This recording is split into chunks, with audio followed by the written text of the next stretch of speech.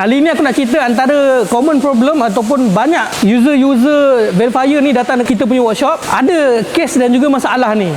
So dekat belakang aku ni model verifier gearbox CVT kod A115.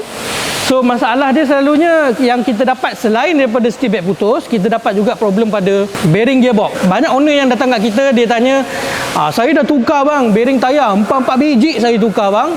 Beratus-ratus dah saya habis tukar bearing saja. Tapi bunyi berdengung tu, bunyi yang tak senang tu saya still ada dengar. Saya rasa macam bukan bearing tayar ni bang. Memang banyak dah. Bukan verifier je. Model-model Proton pun ada kes yang sama juga. Untuk verifier yang kes dah tukar bearing tayar pun still bunyi berdengung juga. Dia sebenarnya banyak yang kita dapat kes daripada bearing puli CVT yang ada dalam gearbox ni lah. So bearing tu sendiri memang dah rosak. Korang pun tahulah bearing ni tak kisah dia duduk dekat bahagian mana pun, sampai satu masa dia akan rosak juga.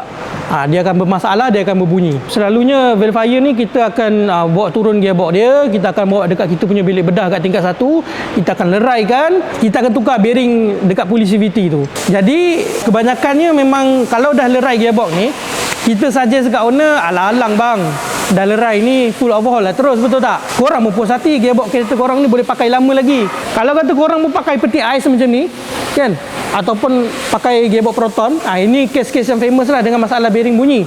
Kalau kata korang nak settlekan bunyi-bunyi yang tak menyenangkan, selain daripada bunyi bearing pun kita boleh buat. Korang boleh contact kita di Transmatic Automotive Seksyen 15 Alam. Kita buka daripada hari Sabtu sehingga hari Khamis.